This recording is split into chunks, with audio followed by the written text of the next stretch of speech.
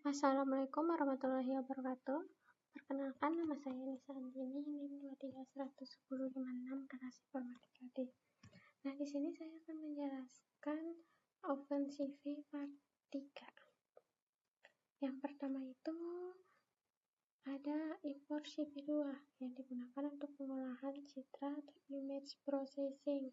Lalu selanjutnya ada import NAMI. Dia itu digunakan untuk membuat dan mengatur array atau gambar dipresentasikan sebagai array. Selanjutnya, kita akan membuat metode menggunakan CV2 blur. Di sini ada image, ini adalah input image, lalu size ini kernel size, contoh 5,5, dan answer ini adalah lokasi titik pixel yang dievaluasi terhadap networknya. Jika negatif, maka titiknya berada di pusat kernel. Nah, selanjutnya ada perintah image cv2.imread. Baris ini digunakan untuk membaca gambar bernama nice MRI. Gambar tersebut merupakan citra MRI yang memiliki noise atau gangguan. Selanjutnya itu ada blur cv2.blur image 2,2. Nah, di sini dia fungsinya digunakan untuk menghaluskan gambar. Lalu 2,2 itu adalah ukuran kernel atau filter. Semakin besar kernel, semakin kuat efek blur. Yang tujuannya di sini adalah mengurangi noise pada gambar MRI. Selanjutnya ada cv2.imshow, original image. Nah, di sini dia akan menampilkan gambar asli yang sebelum diproses. Lalu ada CV2 imshow blur image. Nah, dia akan menampilkan gambar setelah dilakukan blur. Kita bisa melihat perbedaan sebelum dan sesudah. Lalu CV2 with key ini adalah program yang berhenti ketika tombol keyboard ditekan. Dan di sini ada cv2.display all windows. Dia akan menutup semua jendela gambar. Selanjutnya kita akan atur kernel size menggunakan trackbar. Di sini ada max value 10, default value-nya 5. Nah, di sini ada max value itu nilai maksimal kernel atau silinder. Terus default value ini nilai awal kernel, lalu title window ini adalah nama jendela tampilan. Dan val ini adalah nilai kernel dari trackbar. Jika val lebih besar dari 0, maka gambar akan di-blur menggunakan kernel val, yang hasilnya akan ditampilkan. Yang artinya semakin besar nilai val, maka gambar akan semakin blur. Dan ada CV2 image, CV2 imread. Nah, di sini dia akan membaca gambar MRI memiliki noise. Lalu selanjutnya di bawahnya ada CV2 name window. Dia akan membuat jendela untuk menampilkan hasil. Lalu ada CV2 create trackbar. Nah, dia itu akan membuat silinder bernama kernel. Nah, di sini ada nilai awal dan nilai akhirnya itu.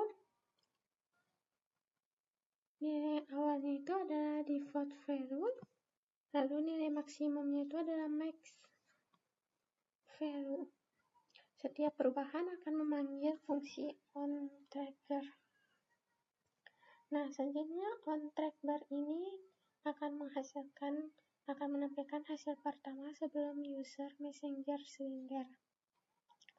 Selanjutnya itu di sini ada image cv2.imread. Dia akan membaca gambar noise lagi. Lalu ada blur. Dia akan menggunakan fungsi Gaussian blur. Nah, 3,3 ini adalah ukuran kernel, harus ganjil. Yang parameter 0,0 adalah berarti sigma dihitung otomatis. Lalu ada CV2 imshow. Dia akan menampilkan gambar sebelum diproses.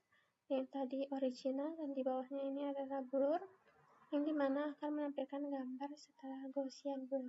Perbedaan bisa terlihat pada tingkat kehalusan dan noise. Lalu Lalu si kedua wait key ini program akan berhenti ketika tombol ditekan. Selanjutnya kita akan atur kernel size menggunakan trackbar. Nah, di sini ada max-nya 10 dan default-nya 5. Di sini ada title window. Dia itu adalah Gaussian blur image. Nah, default ini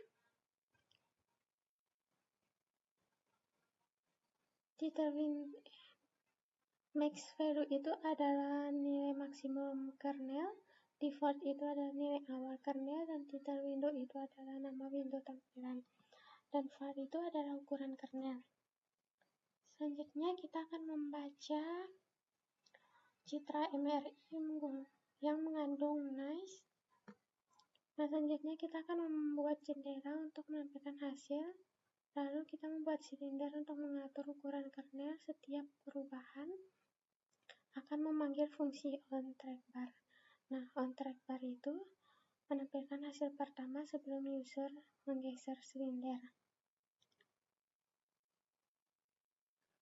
Selanjutnya kita akan menampilkan CV2 blur. Di sini dia ada masih sama ya, max-nya ada 10, default-nya ada 5. Lalu di sini max ini adalah nilai maksimum kernel. Default value itu adalah nilai maksimum kernel. Default value adalah nilai awal, dan title window itu dia nama window yang akan ditampilkan. Lalu di sini ada dev onTrackbar. Dia itu adalah fungsi ini akan berjalan dijalankan setiap kali silinder digeser. Nah, selanjutnya di sini kernel harus lebih dari 0 atau bilangan ganjil. Selanjutnya ada blur 1. Blur 1 itu average blur, dan blur 2 ini Gaussian blur. Yaitu average itu dia meratakan pixel, dan Gaussian blur itu dia menggunakan distribusi Gaussian atau hasil lebih halus. Lalu ada frame. Dia itu akan membuat kanvas kosong atau hitam, tinggi dibuat 2 kali untuk menampilkan 2 gambar atas dan bawah. Nah, selanjutnya ada 2 frame, dan frame yang atas itu adalah blur 1, frame yang bawah blur 2. Nah, selanjutnya ada CV2 IMSO. Dia akan menampilkan kedua hasil dalam satu window. Nah, di sini kita akan membaca gambar MRI. Resize-nya jadi 50% supaya lebih ringan mengambil dimensi gambar. Nah, selanjutnya itu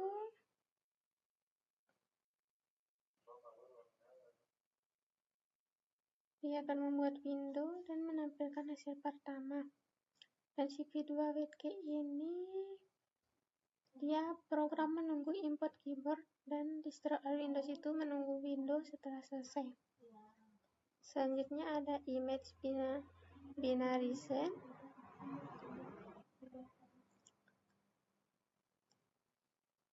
Nah, di sini dia akan membaca gambarnya MRI yang masih memiliki noise. Lalu di sini kita akan mengubah gambar berwarna menjadi grayscale. Tujuannya agar proses thresholding lebih mudah, karena thresholding hanya bekerja pada intensitas 0 sampai 255. Nah, di sini dia ada red 1, trace 1. Nah, image ini adalah gambar input. 230 itu nilai ambang, 255 adalah nilai maksimum. Nah, selanjutnya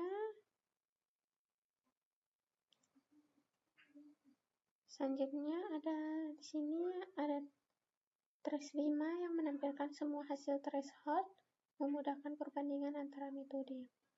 Nah, di sini sama, wait key ini adalah menunggu tombol ditekan, dan destroy all windows itu menutup semua window.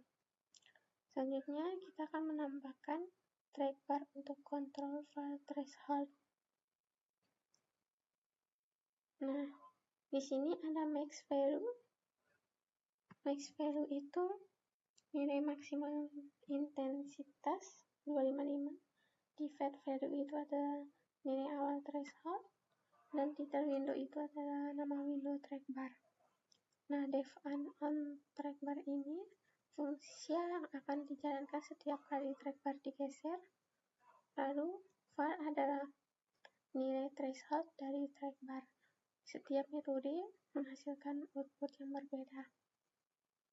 Nah, selanjutnya ada binary. Binary ini adalah hitam dan putih. Lalu binary env ini adalah kebalikan dari binary. Ada trash, yaitu membatasi nilai maksimum to zero yang buang pixel gelap, dan to zero env ini adalah buang pixel gelap. Terang. Selanjutnya, bagian ini kita akan menampilkan gambar asli dari semua threshold user, bisa langsung membandingkan. Nah, ini ada image ini, dia akan membaca gambar plat nomor dan mengubah ke grayscale agar thresholding lebih efektif. Selanjutnya itu membuat silinder untuk mengatur nilai threshold. Setiap perubahan langsung memanggil fungsi.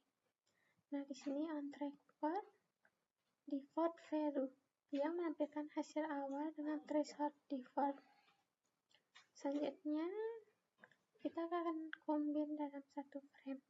Di sini kita import nanti digunakan untuk membuat array atau frame kosong yang digunakan untuk menggabungkan dua gambar dalam satu tampilan. Nah, selanjutnya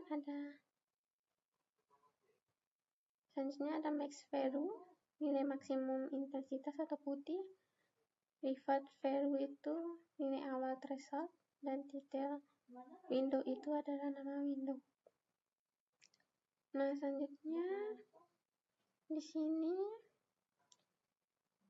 trace 1, selanjutnya itu dia akan mengubah gambar menjadi hitam putih jika pixel lebih besar dari val putih 255, dan jika pixel A val hitam adalah 0. Lalu ada frame. Di sini ada frame NP0, yaitu adalah membuat gambar kosong yang lebarnya dibuat 2 kali untuk menampilkan 2 gambar berdampingan. Nah, lalu kiri A itu adalah gambar asli atau grayscale, dan kanan itu adalah hasil thresholding. Nah, lalu ada CV2 IMSO yang menampilkan hasil dari satu window, memudahkan perbandingan langsung. Lalu di sini kita membaca gambar plat nomor, lalu mengambil ukuran gambar. Selanjutnya di sini kita akan mengubah ke grayscale karena thresholding hanya butuh intensitas. Selanjutnya di sini membuat silinder untuk mengatur threshold dan nilai bisa diubah secara real time. Nah, on trackbar ini menampilkan hasil awal. Selanjutnya di sini max value-nya tetap 255 dan default value-nya ini adalah 127. Nah, di sini ada title window. Max value itu nilai maksimum intensitas ya, sama. Lalu selanjutnya di sini ada frame NP0, dia akan membuat gambar kosong yang tingginya itu 2A untuk 2 baris, lebarnya itu 3A untuk 3 kolom, totalnya ada 6 slot gambar. Selanjutnya ada di sini CV2 IMSO ini akan menampilkan hasil dalam satu window, menggunakan perbandingan langsung. Nah, di sini on track bar value dia sama, menampilkan hasil pertama. Selanjutnya itu di sini sama ya, kita akan membaca citra MRI yang mengandung noise. Lalu di sini ada gray, CV2, CVT color. Nah, dia itu akan mengubah gambar menjadi grayscale. Diperlukan karena thresholding bekerja pada intensitas pixel. Nah, di sini ada red 1, DHT1 ini dia akan mengubah nilai thresholding tetap 127 semua pixel. Nah, selanjutnya di sini ini dia akan nilai thresholdnya ditentukan otomatis oleh algoritma Otsu. Nah, red 2 itu adalah nilai threshold terbaik hasil perhitungan. Lalu DH2 ini adalah hasil gambar. Nah, selanjutnya ada blur. Di sini gambar dihaluskan dengan Gaussian blur, lalu dilakukan Otsu thresholding. Nah, di sini juga sama. Di sini Otsu akan mengabaikan nilai val, sistem otomatis mencari threshold terbaik. Lalu red 2 itu ada nilai threshold hasil perhitungan. Walaupun ada trackbar, Otsu tetap menentukan threshold sendiri. Di sini ada blur. Gambar diharuskan dulu menggunakan noise, kemudian Otsu diterapkan, biasanya hasil lebih bersih. Nah, ini adalah menampilkan gambar asli. Selanjutnya, nah pada program ini saya menggunakan metode Kenny edge detection untuk mendeteksi tepi atau edge pada gambar. Kemudian tujuannya adalah untuk menampilkan batas objek secara jelas berdasarkan perubahan intensitas pixel. Nah, di sini kita akan membaca gambar bernama blocks. JPG gambar ini biasanya berisi objek dengan bentuk yang jelas, misalnya kotak atau blok. Nah, di sini ada gray, dia akan mengubah gambar menjadi grayscale. Nah, selanjutnya itu kita akan menggunakan trackbar untuk mengubah nilai min, max pada CV2 Kenny. Nah, pada program ini kita melakukan deteksi tepi menggunakan metode Kenny pada sebuah gambar. Gambar terlebih dahulu dikonversi ke grayscale